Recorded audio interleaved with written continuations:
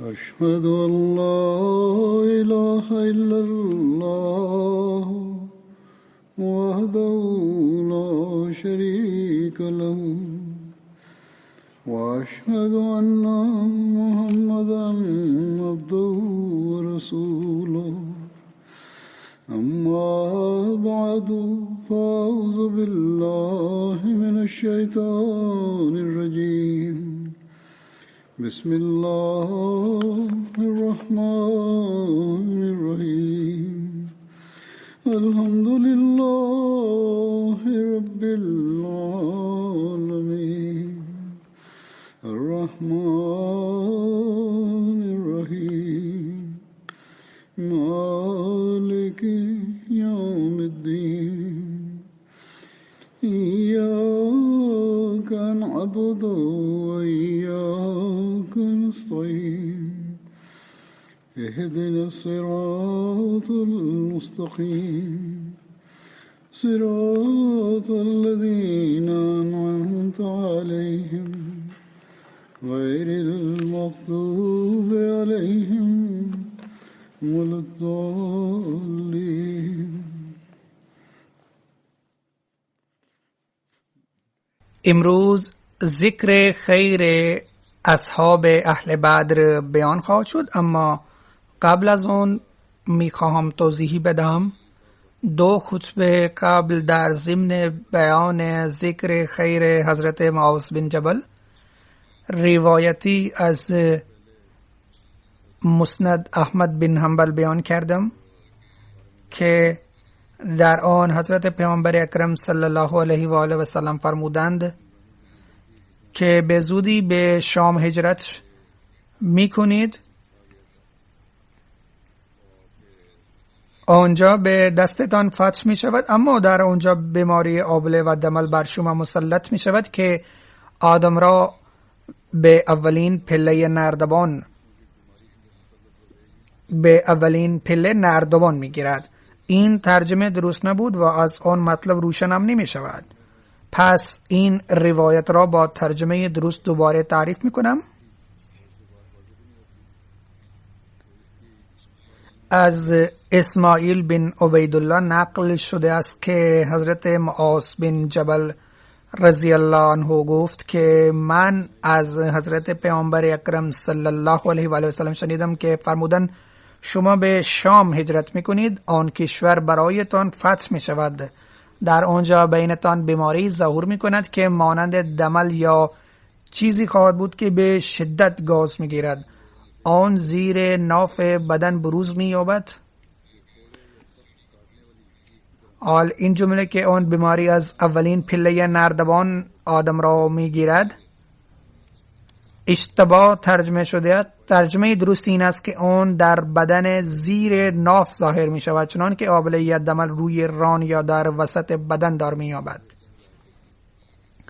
توسط آن بیماری خداوند متعال مردم را شهادت عطا می کند و اعمالشان را پاک می کند. سپس حضرت دعا خواند که پروردگارا، اگر می دانی که این سخن را معاذ بن جبل از حضرت پیامبر اکرم صلی الله علیه و آله و سلم شنیده است، آنگاه به او و خانوادش نصیب فراوان از آن عطا کن. در نتیجه این دعا همگی آنها به طاعون مبتلا شدند، حتی یک نفر هم از آنان زنده نماند. وقتی بر انگشت شهادش آبله طاعون در آمد، وی گفت که من هرگز راضی نمی شوم که به جای این به من شترهای سرخ داده شوند. این اصلاحی بود. متن خطبه‌ای که در الفضل چاپ می شود در آن این اصلاح اعمال شده، ولی خواستم جلویتان هم آن را بگویم. ذکر خیر حضرت عبدالله بن عامر جاری بود. حال دوباره آن را شروع می کنم. حضرت جابر بن عبدالله تعریف می کنند که در روز غزوه احد پدرم را نزد حضرت پیامبر اکرم صلی الله علیه و آله و سلم آوردند، در حالی که او را مسلح کرده بودند، یعنی اعضای بدنش را قطع کرده بودند، علل خصوص گوش و بینیش. جنازش جلوی حضرت پیامبر اکرم صلی الله علیه و آله و سلم گذاشته شد و من میخواستم که از صورتش پارچه را بردارم، اما مردم مرا منع کردند. سپس صدای جیغ یک زن شنیده شد. یکی گفت که او دختر حضرت عبدالله بن عمر است که نامش حضرت فاطمه دختر عمر بود، یا این هم گفته می شود که او خواهر حضرت عبدالله بن عمر بود. آنگاه حضرت پیامبر اکرم صلی الله علیه و آله فرمودند گریه نکن که فرشتگان پیوسته با بالهای خود بر او سایه کردند. در روایتی دیگر وارد شده است که حضرت جابر بن عبدالله تعریف می کنند که وقتی پدرم را در روز احد آوردند، عمش گریهش گرفت و من هم شروع به گریه کردم. مردم مرا من کردند، اما حضرت پیامبر اکرم صلی الله علیه و آله من نکردند و فرمودند چی شما بر او گریه کنید یا نکنید، به خدا قسم تا زمانی که او را دفن کردی فرشتگان خدا با بالهای خود بر او سایه کرده بودند. در باره نماز میت شهدای غزوه احد نظرات مختلفی است و در آن اختلاف فراوان وجود دارد. در روایت صحیح بخاری وارد شده است که حضرت جابر بن عبدالله تعریف می‌کنند که حضرت پیامبر اکرم صلی الله علیه و آله از شهدای غزوه احد دو نفر را با هم در یک پارچه قرار می‌دادند و سپس می‌پرسیدند که چه کسی از اینان قرآن شریف را بیشتر بلد بود. وقتی به یکی از آنها اشاره می‌کردند که حضرت پیامبر اکرم صلی الله علیه و آله او را در اول در لحد یعنی قبر می‌گذاشتند و می‌فرمودند در روز قیامت من بر آنها شاهدم و دستور می‌دادند که آنها را در همان حالت خون آلود دفن کنند و آنها را نه غسل داده شدند و نه بر آنها نماز میت خوانده شد. این روایت که خواندم از صحیح بخاری است. روایت دیگری هم از صحیح بخاری است. در این باره هست که حضرت عقبه بن عامر تعریف می‌کنند که روزی حضرت پیامبر اکرم صلی الله علیه و سلم تشریف آوردند و ایشان بر شهیدان غزوه احد نماز میت خواندند و در یک روایت دیگر صحیح بخاری وارد شده است که حضرت پیامبر اکرم صلی الله علیه و سلم بر شهیدان غزوه احد بعد از 8 سال نماز میت خواندند. در سنن ابن ماجه آمده است که حضرت ابن عباس تعریف می‌کنند که شهدای غزوه احد را در خدمت حضرت پیامبر اکرم صلی الله علیه و آله آوردند. ایشان بر 10 شهید نماز میت می‌خواندند و سپس 10 شهید دیگر آورده می‌شدند و ایشان بر آنها نماز میت می‌خواندند و در این میان جنازه حضرت حمزه هم آنجا می‌ماند و بقیه شهدا از آنجا برده می‌شدند. در سنن ابو داود وارد شده است که حضرت انس بن مالک تعریف می‌کنند که به شهیدان غزوه احد غسل داده نشد و به آنها در خونشان یعنی به همراه زخم‌هایشان دفن کردند و بر هیچ کدام از آنها نماز میت خوانده نشد. روایتی دیگر از سنن ابی داود است که حضرت انس عنوان می‌کنند که در هنگام غزوه احد حضرت پیامبر اکرم صلی الله علیه و سلم به جز حضرت حمزه بر هیچ کس دیگر نماز میت نخواند. در روایت سنن ترمذی آمده است که حضرت انس بن مالک تعریف می‌کنند که حضرت پیامبر اکرم صلی الله علیه و سلم بر شهدای غزوه احد نماز میت نخواندند. در سیره ابن هشام در سیره حلبیه نوشته شده است که حضرت پیامبر اکرم صلی الله علیه و سلم بر شهیدان احد این گونه نماز میت اقامه نمودند که اول از همه بر حضرت حمزه نماز میت خواندند و در آن 7 تکبیر گفتند و به قول سیره حلبیه 4 تکبیر گفتند. پس از آن شهدای دیگر را یکی یکی می آوردند و در کنار جنازه حضرت حمزه می گذاشتند و حضرت بر هر دو آنها نماز میت می خواندند و اینطور بر تمام شهدا یک بار نماز میت خوانده شد و بر حضرت حمزه 72 بار و به نظر بعضی ها 92 بار خوانده شد. در یک کتاب سیره دلائل النبوه نوشته شده است که جنازه های 9 شهید نزدیک جنازه حضرت حمزه آورده می شدند و بر آنها نماز میت خوانده می شد که سپس آن 9 جنازه را می بردند و جنازه های 9 شهید دیگر را می آوردند و این گونه بر تمام شهیدان نماز میت خوانده شد و حضرت هر بار در هر نماز میت 7 تکبیر گفتند. و در سیره حلبیه و دلائل نبوه درباره احادیث مربوط به نماز میت بر شهیدان غزوه احد بحث شده است و در این هر دو کتاب این روایت حضرت جابر بن عبدالله موثق قرار داده شده است که حضرت پیامبر اکرم صلی الله علیه و سلم دستور دادند که شهیدان غزوه احد در خونشان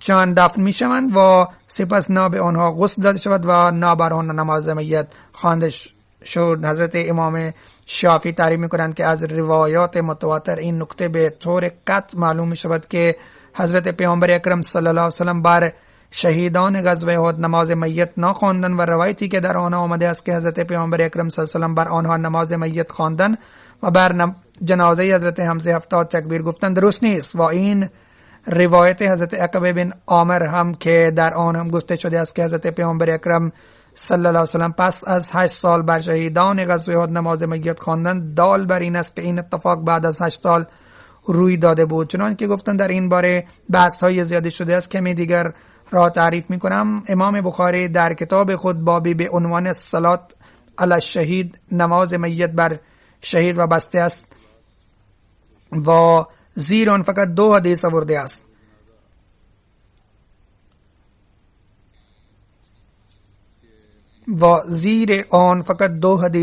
است. حدیث اول از حضرت جابر بن عبدالله مروی است و در آن به صراحت وارد شده است که به شهیدان غزوه احد نه غسل داده شد و نه بر آنها نماز میت خوانده شد. و در روایت دوم از حضرت عقبه بن عامر نقل شده است و وی در آن تعریف می‌کنند که ان النبی صلی الله علیه و آله و سلم خرج یوما فصلى علی اهل احد صلاة علی المیت. روزی حضرت پیامبر اکرم صلی الله علیه و سلم بیرون آمدن و بر شهدای غزوه احد نماز میت خواندن و همین حدیث در صحیح بخاری در باب غزوه احد هم آمده است. در آنجا همین صحابی روایت میکنند که حضرت پیامبر اکرم صلی الله علیه و سلم بر شهدای غزوه احد پس از 8 سال نماز میت خواندن، چنان که به زنده ها یا مرده ها ودا گفته می شود.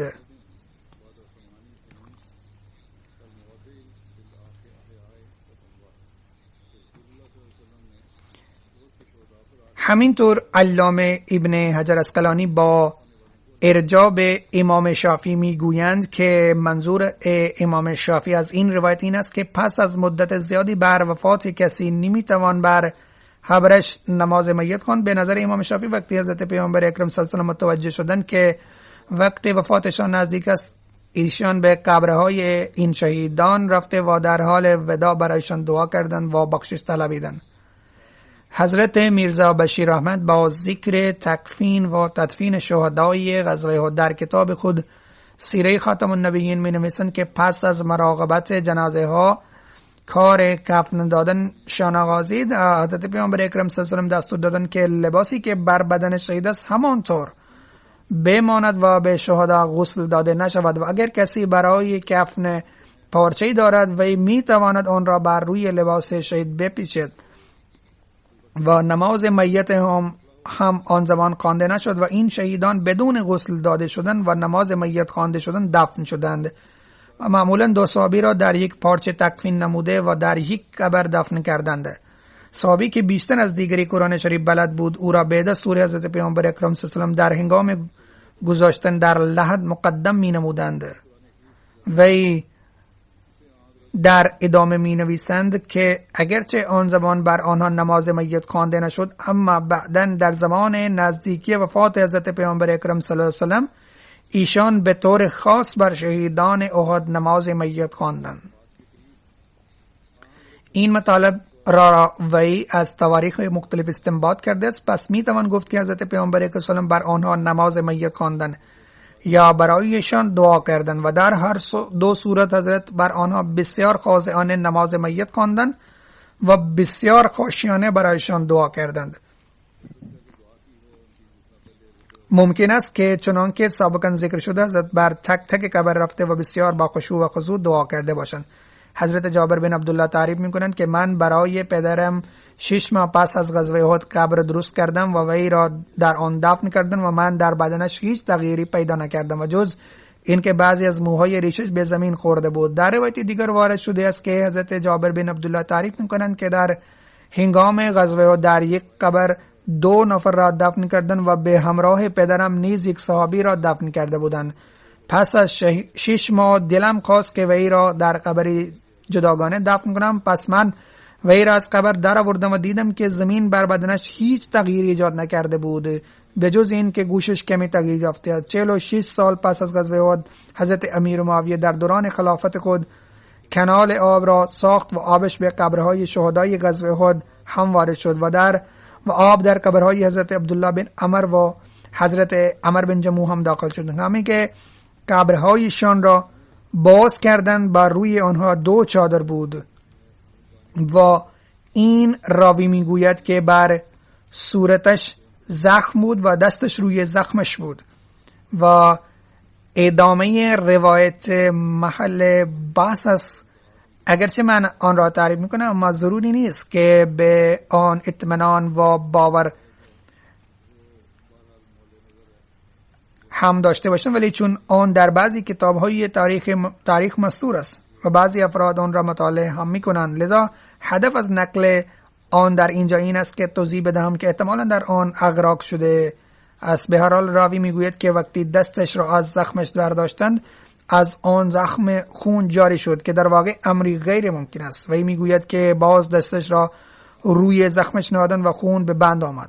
پس از این قبیل روایت هم نقل می شوند که در خور باسند.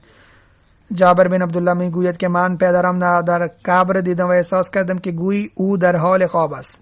پس وقتی او بعد 6 ماه پدرش را از قبر در آورده بود و گوشتش کمی تغییر یافته بود، آنگاه بعد از 46 سال امکان ندارد که بدن او تغییر پذیر نشده باشد و فقط استخوان‌ها نمانده باشد و این قانون طبیعت است. این اصلا امکان پذیر نیست که بدن انسان در قبر با مرور زمان تغییر نیابد.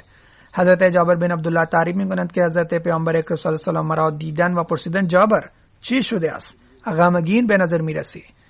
عرض کردم یا رسول الله صلی الله علیه و آله پدرم در غزوه احد شهید شده است که او قرض و اولاد گذاشته است. حضرت فرمودند آیا به تو خبر خوش آن را ندم که خدا چطور با پدرت ملاقات کرده است؟ عرض کردم بله یا رسول الله صلی الله علیه و آله بفرمایید. حضرت فرمودند خدا با هیچ کس کلام نکرده است اما از پشت پرده، ولی او با پدرت را زنده کرد و روبروی خود قرار داده و با او صحبت کرد و فرمود ای بنده من از من هر چی میخواهی بخواه که به تو عطا کنم. و عرض کرد پروردگارا مرا دوباره زنده کن تا من در راحتت دوباره کشته شوم. در روایتی اومده است که آن موقع حضرت عبدالله عرض کرد پروردگارا من حق عبادتت را به جایی نیاوردم، آرزویم این است که مرا دوباره به دنیا بفرست تا من به همراه پیامبرت صلی الله علیه و سلم شده در راه توبه جنگم و دوباره در راحتت کشته شوم. خداوند متعال فرمود من مقدر نمودیم که کسی بمیرد دوباره به دنیا بازگردانده نشود. حضرت عبدالله بن عمرو عرض کرد پروردگارا پس این خبر را به افرادم که در آنجا هستند برسان. آنگاه خداوند متعال این آیه را نازل کرده.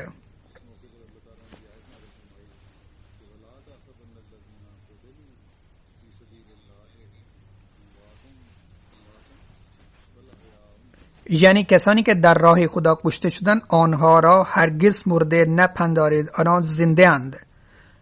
به آنها از طرف پروردگارشان رزق داده می شود. این آیه را قبلا هم در ضمن ذکر خیر حضرت جابر بن عبدالله بیان کردیم.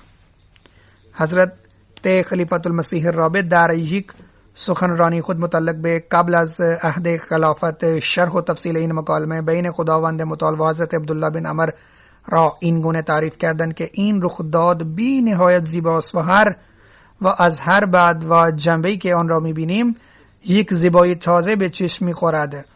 از جمله آنها یکی این است که این مکالمه متوجه می‌شویم که چطور حضرت پیامبر اکرم صلی الله علیه و آله پیوسته با خداوند متعال ارتباط داشتند و از طرف ایشان به بندگان شفقت و عطوفت می‌ورزودند و از طرف دیگر دلشان به پروردگارشان هم وصل بود. از یک سو دلشان به اصحاب خدا بسته بود و از سوی دیگر دلشان به رفیق اعلی یعنی خداوند متعال پیوسته وابسته بود و این موجود در حالت داشتن صلح و امنیت به افق عالی دنا و تدلا مستقر بود و در حالت جنگ حتی برای لحظه ای هم از خدای خود جدا نمی شد. یک چشمش مسئول میدان حرب بود و دومی سرگرم مشاهده کردن جمال یار بود. یک گوش از روی رحمت به صحاب متوجه بود و گوش دوم از ملأ اعلی مشغول شنیدن کلام شیرین پروردگار خود بود و دست به کار و دل به یار بود.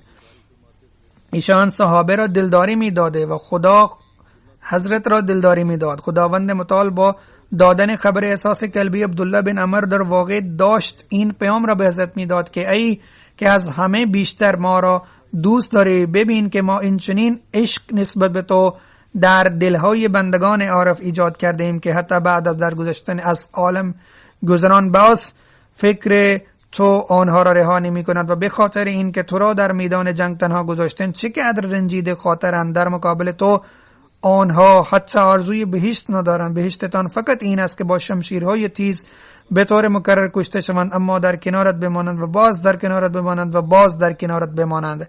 حضرت جابر بن عبدالله تعریف میکنند که حضرت عبدالله بن عمرو در هنگام وفات بدهکار بود. من از حضرت پیامبر اکرم صلی الله علیه وسلم درخواست کمک کردم که به طلبکاران بگویند که کمی از قرضشان را ببخشند. حضرت پیامبر اکرم صلی الله علیه وسلم با طلبکاران این خواستش را در میان گذاشتند، اما آنها راضی به این کار نشدند. آنگاه حضرت پیامبر اکرم صلی الله علیه وسلم به من فرمودند برو و تمام انواع خرماهای خود را جدا جدا بگذار.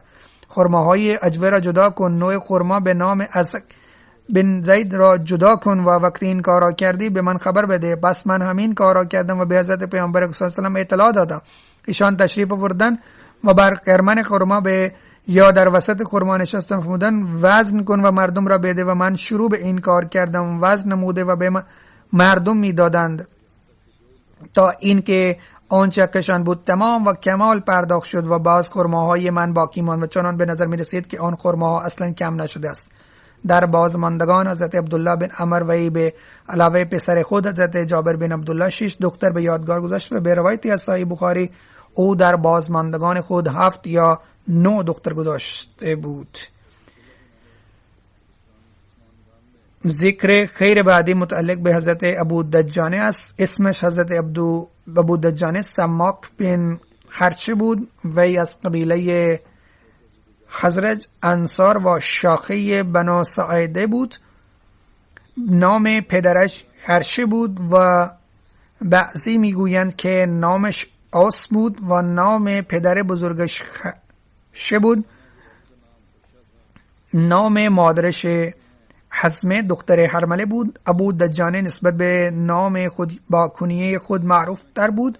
حضرت ابو دجانه پسری داشت که اسمش خالد بود و نام مادرش آمنه دختر عمرو بود. هنگامی که حضرت عتبه بن غزوان از مکه هجرت کرده و به مدینه آمده، حضرت پیامبر اکرم صلی الله علیه وسلم بین او و حضرت ابو دجانه پیمان برادری بستند. حضرت ابو دجانه در غزوه احد، بدر، احد و تمام غزوات دیگر به همراه حضرت پیامبر اکرم صلی الله علیه وسلم بود و از اصحاب کبار انصار شمرده میشد و در غزوات حضرت پیامبر اکرم صلی الله علیه وسلم جایگاه ویژه‌ای داشت. هنگامی که در جنگ در میگرفت، حضرت ابو دجانه بسیار شجاعت از خود نشان میداد و اسب سوار ماهری بود و یک دستمال قرمزی داشت و آن را فقط در هنگام جنگ بر سر خود میبست. وقتی که آن دستمال را روی سر خود میبست، مردم متوجه میشدند که اکنون وی آماده جنگ است. وی از افراد شجاع و دلیر شمرده میشد. محمد بن ابراهیم از پدر خود روایت میکنند که حضرت ابو دجانه در جنگ ها با عمامه قرمز خود شناخته میشد و در غزوه بدر و هم وی این عمامه قرمز را روی سر خود داشت. محمد بن عمر میگوید که حضرت ابو دجانه در غزوه احد هم همین گونه شرکت کرد که وی همراه حضرت پیامبر اکرم صلی الله علیه و سلم ثابت قدم ماند و با آن حضرت بر مرگ بیعت کرد. در غزوه احد حضرت ابو دجانه و حضرت مصعب بن عمیر به خوبی از حضرت پیامبر اکرم صلی الله علیه و سلم دفاع کردند و آن روز حضرت ابو دجانه زخم‌های فراوان برداشته بود و حضرت مصعب بن عمیر به شهادت رسیده بود. از حضرت انس روایت نقل شده است که در روز غزوه احد حضرت پیامبر اکرم صلی الله علیه و سلم شمشیر را به دست گرفتند و فرمودند من یأخذ منی هذا، این را چه کسی از من میگیرد؟ همه دستهای خود را جلو بردن و گفتن من. اما حضرت باز فرمودن فمن یأخذ بحقی، چه کسی آن را میگیرد در حالی که حقش را ادا کند. حضرت انس میگوید که آنگاه مردم دستهای خود را جلو نبردن، ولی حضرت سماق بن خراش بودجانه گفت من آن را میگیرم و حقش را ادا میکنم. حضرت انس میگوید که سپس وی شمشیر از حضرت گرفت و سرهای مشرکان را دو شقه کرد. این روایت از صحیح مسلم است.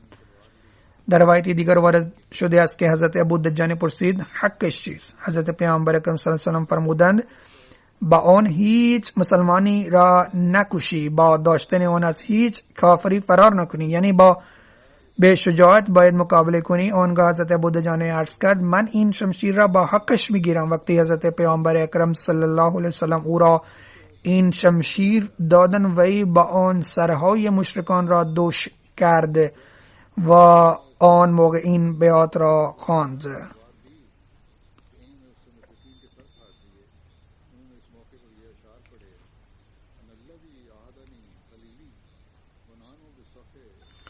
من آن کسیم که از او دو دستش وقتی ما در صفا نزدیک درخت های خرما بودیم قول گرفته است و آن قول این بود که من در صفهای پایانی لشکر نباشم و با شمشیر خدا و پیامبرش با دشمنان بجنگم.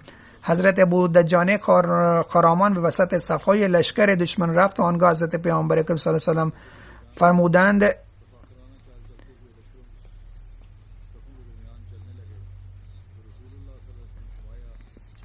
که این نوع راه رفتن را خداوند متعال دوست ندارد به جز در این موقعیت، یعنی در هنگام جنگ. حضرت زبیر بن عوام تعریف میکنند که حضرت پیامبر اکرم صلی الله علیه و سلم در روز غزوه احد شمشیری را بلند کردند و فرمودند من یأخذها السیف، به حق چه کسی این شمشیر را میگیرد که در حالی که حقش را ادا کند؟ حضرت زبیر میگوید که من بلند شدم و عرض کردم یا رسول الله من حاضرم. حضرت پیامبر اکرم صلی الله علیه و سلم از من اعراض کردن. حضرت پیامبر اکرم صلی الله علیه و سلم باز پرسیدند کیست که این شمشیر را بگیرد که حقش را ادا کند؟ من باز عرض کردم یا رسول الله من. حضرت باز مرا نادیده گرفتند. حضرت پیامبر اکرم صلی الله علیه و سلم باز پرسیدند چه کسی این شمشیر را میگیرد و حقش را ادا کند؟ حضرت ابو دجانه سماق بن خرش بلند شد و عرض کرد یا رسول الله من این شمشیر را میگیرم و حقش را ادا میکنم و حق آن چیست؟ حضرت فرمودند با آن هیچ کس مسلمانی نکشی و با داشتن از آن هیچ کافری فرار نکنی بلکه محکم بجنگی. حضرت زبیر میگوید که سپس حضرت پیامبر اکرم صلی الله علیه و سلم شمشیر خود را به حضرت ابو دجانه دادند و ابو دجانه وقتی قصد جنگ میکرد دستمال کرمز روی سر خود میبست. حضرت زبیر تعریف میکنند که من با خودم گفتم امروز میبینم که او چطور حق این شمشیر را ادا میکند و میگوید که دیدم که هر کسی که جلوی ابو دجانه قرار میگیرید و او را دو شقه کرد و به جلو میرفت تا این که از لشکرشان رد شده و به سر زنان رسید که در دامن کوه داشتن دف میزدند و یکی از آنان این بیت را میگفت که ترجمهش این است ما دختران ستاره صبح تارک هستیم که بر ابرها سوار میشوند که اگر پیشروی کنید ما شما را بغل خواهیم کرد و برایتان متکا میگذاریم و اگر عقب گرد کنید ما از شما جدا میشویم و از این جدایی چنان خواهد بود که بعد از آن بین ما و شما هیچ مهر و محبتی باقی نخواهد ماند. حضرت زبیر میگوید که من دیدم که ابو دجانه شمشیر خود را بلند کرد که زنی را بزند، اما سپس متوقع شد. وقتی جنگ به پایان رسید از او پرسیدم من تمام جنگیدنت را دیدم، تو شمشیر خود را بلند کردی که زنی را بکشی اما سپس متوقع شدی و دستت را پایین کشیدی، دلیلش چی بود؟ وی گفت که به خدا قسم من برای تکریم شمشیر حضرت پیامبر اکرم صلی الله علیه و سلم این کار را کردم که خوب نیست که من با این شمشیر زنی را بکشم، لذا متوقف شدم. امکان نداشت که من شمشیر حضرت پیامبر اکرم صلی الله علیه و سلم را برای کشتن یک زن استفاده کنم، لذا شمشیر خود را پایین کشیدم. در روایت دیگر آمده است که این زن هند زن ابو سفیان بود که به همراه زنان دیگر داشت ابیات به صدای میگون. وقتی حضرت ابو دجانه برای حمله به او شمشیر خود بلند کرد و به صدای بلند برای کمک فریاد کشید که ای سحر، هیچ کس برای کمک نیامد. حضرت ابو دجانه شمشیر خود را پایین آوردن و برگشتن. حضرت زبیر از ایشان بابت این دریافت نمودند که ایشان گفتند که من دوست نداشتم که با شمشیر پیامبر زنی را بکشم که هیچ یاور مددگار نداشته. رخداد ابو دجانه را در سیرت خاتم النبیین ذکر کرده. حضرت میرزا بشیر احمد این گونه بیان میکنند که در هنگام جنگ وقتی کفار دچار هزیمت شدن و وقتی کفار این منظره شکست را دیدن به خشم آمدن و به عامه مردم حمله ور شدن. مسلمانان هم با نعره تکبیر پیشروی کردند و هر دو فوج با هم جنگیدن. غالبا آن موقع پیامبر اکرم صلی الله علیه و شمشیر خود را به دست گرفتند و فرمودند که چه کسانی حق این ادا کند. بیشتر اصحاب در آرزوی افتخار دست خودشان بلند کردند و بین آنان حضرت عمر و زبیر بلکه طبق برخی روایت حضرت ابوبکر و حضرت علی بین آنان شامل بودند. اما پیامبر اکرم صلی الله علیه و دست خودشان را نگاه داشتند و چندین بار فرمودند که چه کسی حق این ادا کند. در آخر حضرت ابو دجانه انصاری دست خود را بلند کردند و عرض نمودند یا رسول الله به من بدهید. ایشان شمشیر به دست ابو دجانه دادند و حضرت ابو دجانه شمشیر را به دست گرفتند و با افتخار به کفار پیش روی کردند. حضرت پیامبر اکرم صلی الله علیه و به اصحاب فرمودند که خداوند متعال این گونه راه رفتن را دوست ندارد، اما به این چنین موقع از این گونه راه رفتن ناراحت نمی شود. و حضرت زبیر که به شدت مشتاق بودند که شمشیر پیامبر اکرم بگیرند و به سبب قرابت داری حق خود را می دانستند و دل ایشان مضطرب شد که چرا پیامبر اکرم صلی الله علیه و شمشیر به دست ایشان ندادند و به ابو دجانه دادند و برای رفع شفتگی خود در دل خود تصمیم گرفتند که من همراه ابو دجانه در میدان میمانم و نگاه میکنم که با این شمشیر چه کار میکند. بنابراین میگویند که ابو دجانه پارچه کرمز بر سر خود بستن و به شمشیر به دست گرفتن و آهنگ حمد خواندن و به صفهای مشرکین حمله کردن و دیدم که هر جایی که میرفتن نعش‌ها پراکنده میشدن و من هیچ آدمی را ندیدم که جلوی ایشان آمده باشد و زنده مانده باشد، تا این که ایشان از یک طرف لشکر قریش وارد شد و از طرف دیگر خارج شدند و به جایی که زنهای قریش ایستاده بودند، زن هند همسر ابو سفیان که با جوش مردم را تشویق میکرد جلویشان آمد و ابو دجانه شمشیر خود را بر وی کشیدند و هند با صدای بلند جیغ زد و مردهای خیش را برای کمک صدا کرد، اما هیچ کس نیامد. اما حضرت زبیر میگویند که ابو دجانه خود به خود شمشیر خود را پایین آوردند و از همانجا کنار رفتند. زبیر روایتی بیان میکنند که آن موقع من از ابو دجانه پرسیدم که این چه ماجراست که اول شمشیر خود کشیده بودید سپس به کنار رفتید؟ ایشان فرمودند که دل من به این امر آماده نشد، من راضی نشدم که با شمشیر پیامبر اکرم صلی الله علیه و زنی را بکشم که آن زنی که همراهش مرد محافظ نباشد. زبیر میگویند که آن موقع این امر را درک کردم که ابو دجانه حق واقعی شمشیر پیامبر اکرم صلی الله علیه و را ادا کرده اند. شاید من نتوانستم آن را ادا کنم و اضطراب دلم از بین رفت. حضرت خلیفة المسیح ثانی این رخ داد را این گونه بیان فرمودند که در جنگ احد پیامبر اکرم صلی الله علیه و شمشیری ارائه کردند، تقدیم کردند و فرمودند که به شخصی می سپارم که قول میداد که حق این را ادا کند. بسیاری از مردم بلند شدند تا این شمشیر را بگیرند و پیامبر اکرم صلی الله علیه و شمشیر خود به دست ابو دجانه انصاری دادند و به جای میدان جنگ چندین سپاهیان مکه بر ابو دجانه حمله ور شدند و ایشان داشتن با آنان درگیر بودند و یکی از آنان داشت با جوش می جنگید و ابو دجانه شمشیر خود را گرفتند و سمتش رفتند و وی را دوباره رها کردند و برگشتند و یکی از رفیقان ابو دجانه از ایشان پرسید که چرا وی را رها کردید و ایشان پاسخ دادند که وقتی نزدیکش رفتم و از دهانش گفته شنیدم و معلومم شد که وی زن است و رفیق ایشان گفت که به هر حال او داشت مانند سپاهیان می جنگید. بازم وی را رها کردید. ابو دجانه فرمودند که دل من راضی نشد که با شمشیر پیامبر اکرم صلی الله علیه و زن ناتوان را بکشم. حضرت مسلم عود سپس فرمودند که پیامبر اکرم صلی الله علیه و همیشه آموزش ادب و تعظیم و باز زنان دادن و سبب آن آموزشی زنان کفار با جرأت سعی می‌کردند که مسلمانان را ضرری برسانند، اما بازم مسلمانان حرفهای کفار را تحمل می‌کردند. در مورد حضرت ابو دجانه مستشرق نامور سر ویلیام میور نوشت که در آغاز جنگ پیامبر اکرم صلی الله علیه و شمشیر خود گرفتند و فرمودند که چه کسی این شمشیر را با حق این میگیرد. امر عمر و زبیر و اصحاب دیگر شمشیر خواستند، اما پیامبر اکرم صلی الله علیه و من فرمودند و در آخر ابو دجانه گفتند که به من بسپارید و بدهید. پیامبر اکرم صلی الله علیه و به ایشان تقدیم کردند و ایشان با آن شمشیر سر کفاران را از تن جدا کردند. سپس نوشت که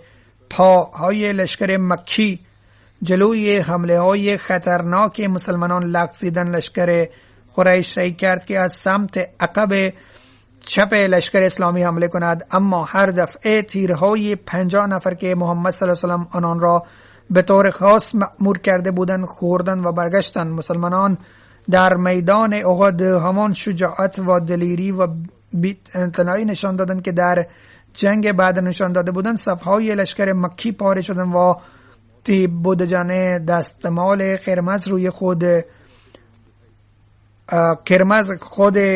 بسته بر آنان حمله ور می شد و با شمشیری که پیامبر اکرم صلی الله علیه و به وی داده بودند با آن هر سو نعشها را پراکنده می شدند. حمزه پرهای شتر مرغ را بر سر خود افراشته همه جا نمایان بود و علا همراه پرچم و حمزه با دستار پررنگ مانند دلیران هر جا می رفتند پیام مرگ برای دشمنان می بردند. این همان منظره ها بودند که بعداً قهرمان فتحهای اسلامی تربیت گرفتند. حضرت ابن عباس بیان می کنند که تمام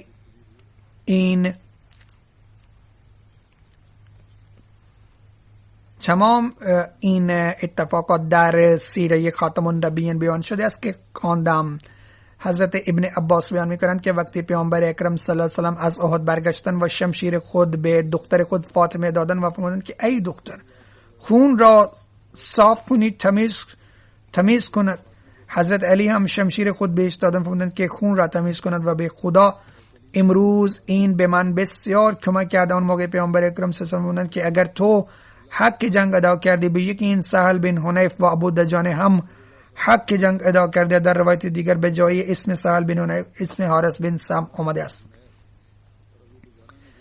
زید بن اسلم بیان میکند که مردم پیش ابو دجانه آمدند در حالی که ایشان مریض بودند، اما چهره ایشان پر رونق بود. کسی پرسید که چرا چهره شما اینقدر پر رونق است و شاد هستید؟ حضرت ابو دجانه گفتند که از بین اعمال من دو کار این گونه هستند که پیش من خیلی گران قدر هستند. یکی از این که من هیچ که آنچنان حرفی نمیزنم که با من مربوط نباشه، و دوم این که دل من همیشه برای مسلمانان صاف است، یعنی کینه ندارم.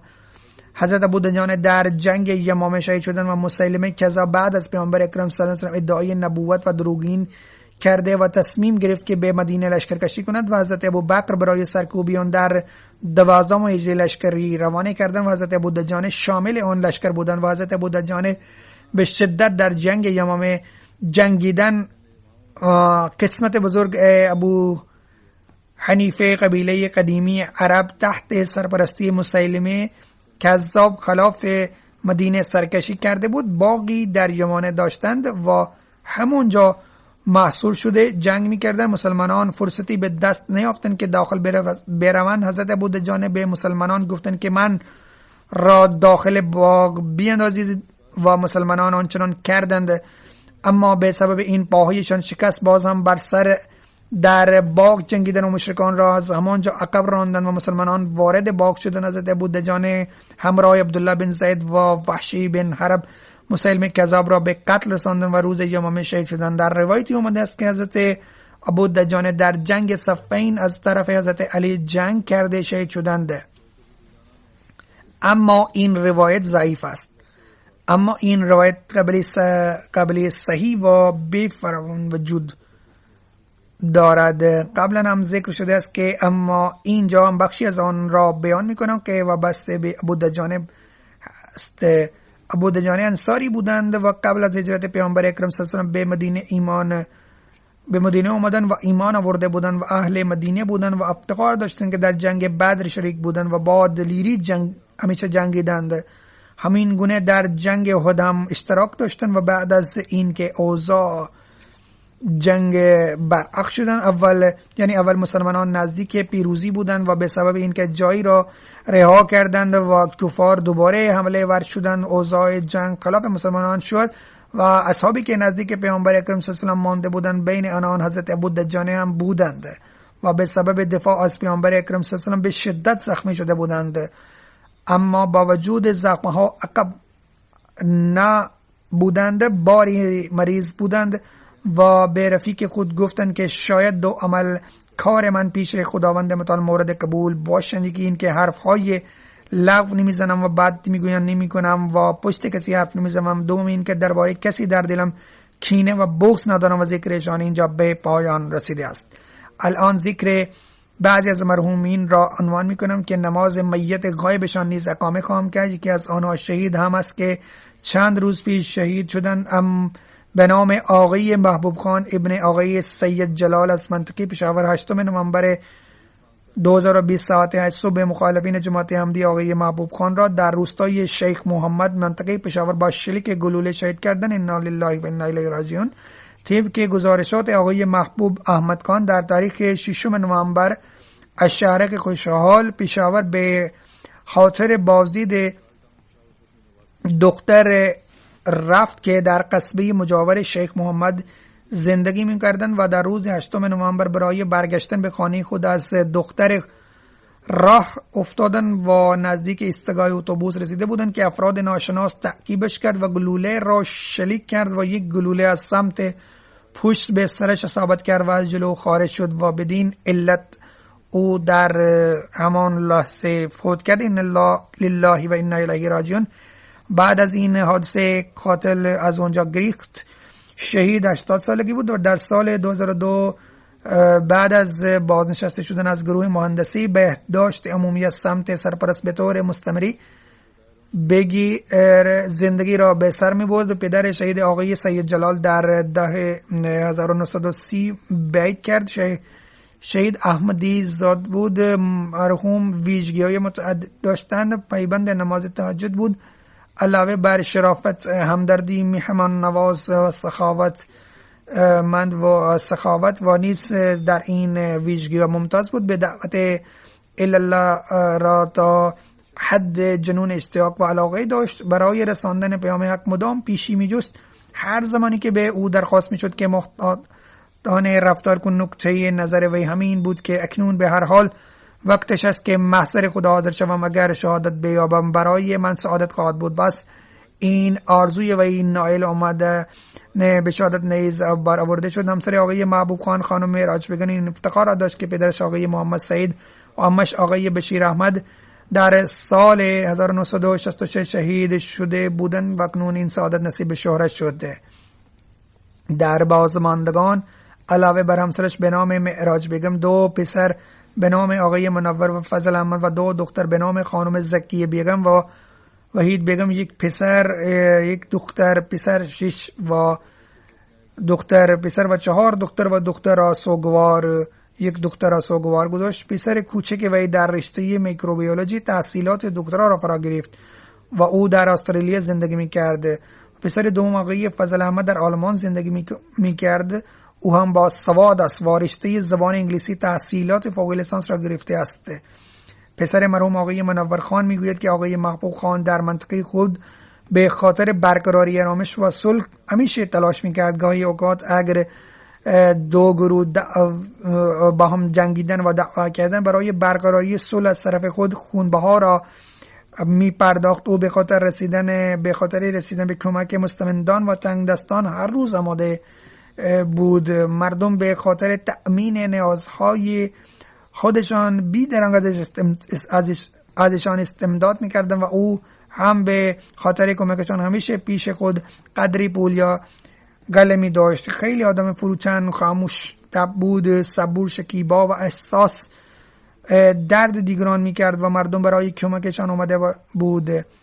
خداوند درجات مرحوم را رفیع بسازد و بازماندگان وی را توفیق بدهد نیکی های وی را ادامه بدن. جنازه دوم متعلق به آقای فخر احمد فروخ مربی جماعت است که در پاکستان زندگی میکرد که در تاریخ 1 نوامبر 20:26 و ربع نزدیک به وقت شام، وقتی همراه پسرش به نام احتشام عبدالله از احمدنگر داشت می اومد، به علت تصادف جاده‌ای فوت کرد. انا لله و انا الیه راجعون. هر دو پدر و پسر در این تصادف خطرناک در دم فوت کردند. به فضل خدا آقای فخر عضو نظام وصیت بود. پدرش آقای سیف الرحمن شخصا بیعت کرد. قبل از وی در خانوادش هیچ احمدی نبود. در سال 1968 او بیعت کرد و اولین احمدی در خانواده خود بود. او آقای فخر در سال 1996 بعد از فارغ تحصیل شدن از جامعه احمدیه در مقامات مختلف پاکستان توفیق خدمت را یافت. سپس به ساحل عاج غرب آفریقا فرستاده شد. سپس از 8 سال گذشته در احمدنگر جهت مربی جماعت توفیق خدمت را می یافت. او با طاهره فخر ازدواج کرد که دختر آقای علی اصغر است و از حاصل از این ازدواج و یک پسر و 4 دختر دارد. پسر احتشام عبدالله در همین تصادف همراه پدرش بود و جان خود را باخت و در بازماندگان وی علاوه بر همسرش و 4 دختر مادر و خواهر و برادرها دارند. نام دختر های وی بدین قرار وجیهت السبو، عزیزه خافیت فخر، سمرین فخر و مهرین فخر. همسر آقای فخر خانم طاهره می نویسند که وقتی ازدواج ما صورت گرفت آقای مربی در روستای خوشاب گماشته شد.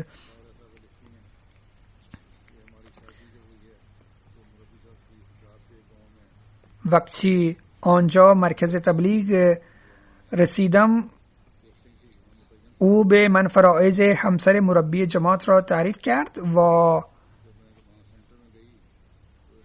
گفت که حال تو هم به من وقف شدی، تو هم باید که در انجام وظایف جماعت با اشتیاق و علاقه شرکت کن. سپس آقای مربی به شهر بدین منتقل شد و آنجا تعیین شد. او مدتی پیش از من آنجا رفت. روزی که من آنجا رسیدم با وجود این که قبلا او را مطلع ساخته بودم، اما وقتی آنجا رسیدم آقای مربی در خانه مرکز جماعت آنجا نبود. من بیرون خانه در مسجد زیر آفتاب نشسته بودم، منتظر بودم. خبردار شدم که همسر یکی از معلم جماعت نیاز به خون دارد. آقای مربی به خاطر ادای خون رفته است. وقتی او برگشت من ازش استفسار کردم که کل روز زیر آفتاب نشسته بودم که تو راجب ورود من آگاه بودی.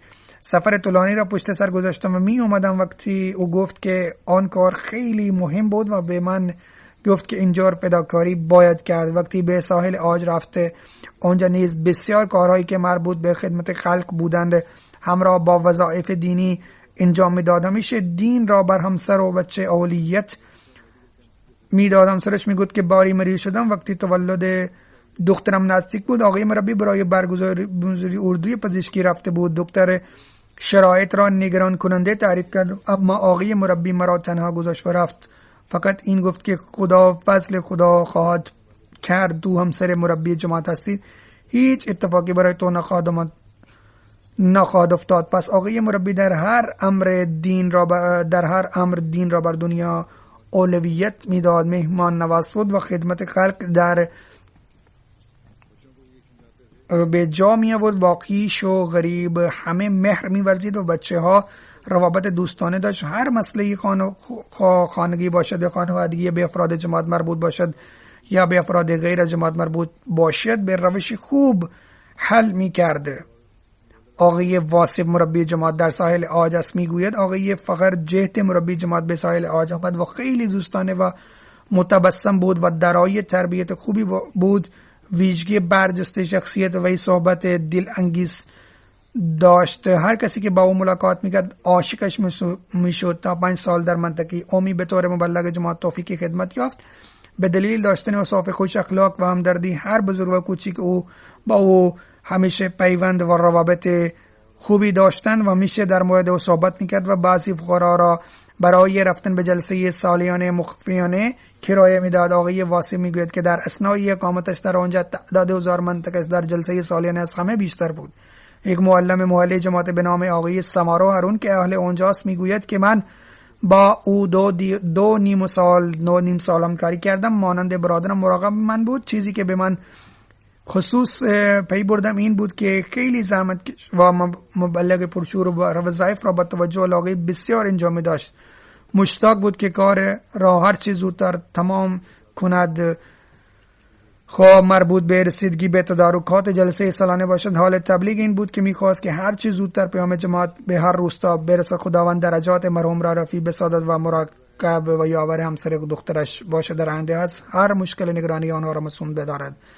جنازه سوم متعلق به پسر آقای فخر احمد فاروق مربی سلسله به نام احتشام عبدالله، چنانکه که قبلا گفتم، و این نیز همراه پدرش در تصادف جاده‌ای فوت کرد. به فضل خدا عضو تحریک به پربرکت وقف نو بود و امروز را در سال اول دیپلم بود و عضو نظام وصیت نبود، اما فرم وصیت را پر کرده بود اما به اداره ارسال نکرده بود. به هر حال اگر فرم پر بود، کار پرداز مسئول اداره وصیت می تواند اقدام بکند. مادرش می گفت که پسرم دارای استعدادهای خیلی زیاد بود، نیک عالی و فرمانبردار بود. عضو تحریک وقف نو بود، پایبند نماز بود. هر دستوری که از طرف زعیم خدام الاحمدی، یکی از مقامات محلی تنظیم خدام الاحمدی بود، هست اطاعت میکرد. وظایف داوطلبانه جماعت را به نحو احسن انجام میداد. در روزی که در گذشته هم وظیفه نگهبانی از مسجد را انجام میداد. خداوند به مرحوم با رحم و مغفرت برخورد نماید و درجات وی را بسازد. جنازه بعدی متعلق به آقای دکتر عبدالکریم پسر میان عبداللطیف از رویس، مشاور بازنشسته اقتصادی بانک دولتی پاکستان بود. در تاریخ 14 سپتامبر 92 سالگی فوت شد. ان الله و انا الیه راجعون. نوه مولوی محمد علی بود که صحابی حضرت مسیح موعود علیه السلام بود. او شامل اولین دسته‌ای بود که از دانشکده تعلیم الاسلام قادیان فارغ التحصیل شده بود. وقتی بعد از تقسیم این دانشکده به لاهور منتقل شد، به طور دانشجوی دانشکده تعلیم الاسلام و دانشگاه پنجاب تحصیلات فوق لیسانس را فرا گرفت.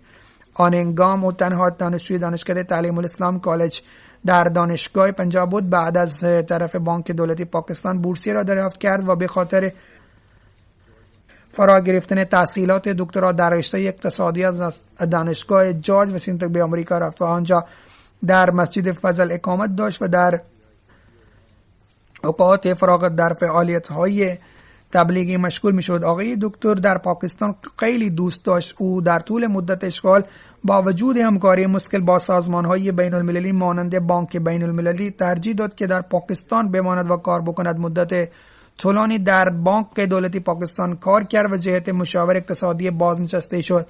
او در دوران خود همکاری با اداره ها مانند IMF و بانک توسعه آسیایی تکالیف متعدد را با موفقیت به اتمام رساند.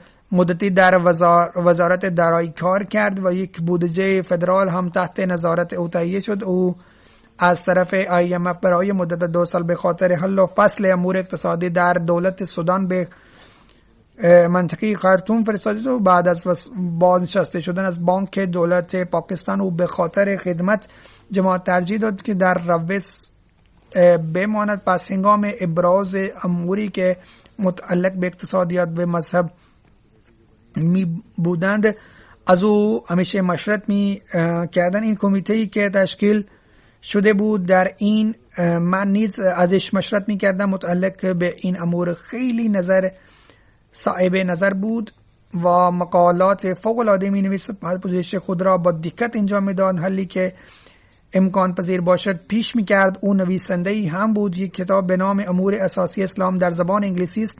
فلسفه حیات و اصول اقتصادی اسلام. این کتاب هم در زبان انگلیسی است. تحریم سود در زبان اردو است. اصول ریسک. این کتاب هم در زبان اردو است. در سال 1989 بعد از بازنشسته شدن به تحریک حضرت خلیفة المسیح الرابع وقف کرد و برای آموزش به دانشگاه تاشکند رفتن. آنجا مدت 6 ماه در خدمات سرانجام داد. حضرت خلیفة المسیح الرابع یک کمیته تشکیل داده بود که بابت مسئله های رهن و سود بررسی میکرد که این کمیته مشتمل بر علما و متخصصان بود که یک کمیته فرعی نیز تحت نظارت این کمیته بود. مرحوم عضو آن کمیته بود. من نیز در آن کمیته با او همکاری کرده بودم. با امعان نظر و دلایل محکم حرف میزد و او چندین مقاله راجع به سیستم بهره به من نزدیک فرستاده بود و آنها فوق العاده است. انشاءالله در مورد این مورد بیشتر بررسی خواهد شد و میتواند که سیستمی که در آینده علیه سیستم بهره پیشکش می شود و در آن بعضی از نظرات وی را نیز شامل کرده بشود. خداوند درجات مرحوم را رفیع بسازد و اولادش را توفیق بدهد که نیکی های او را ادامه بدهند.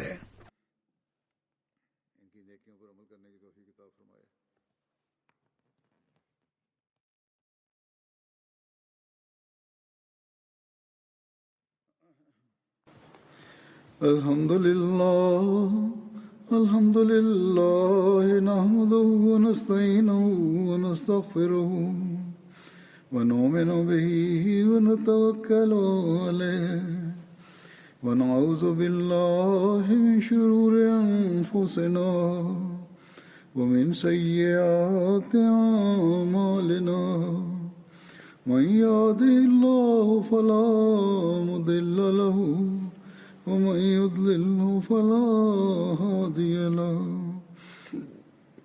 ونشهد أن لا إله إلا الله ونشهد أن محمدا عبده ورسوله عباد الله رحمكم الله إن الله يأمر بالعدل والإحسان وإيتاء ذي القربى وينهى عن الفحشاء والمنكر والبغي يعظكم لعلكم تذكرون اذكروا الله يذكركم وادعوه يستجب لكم ولذكر الله أكبر.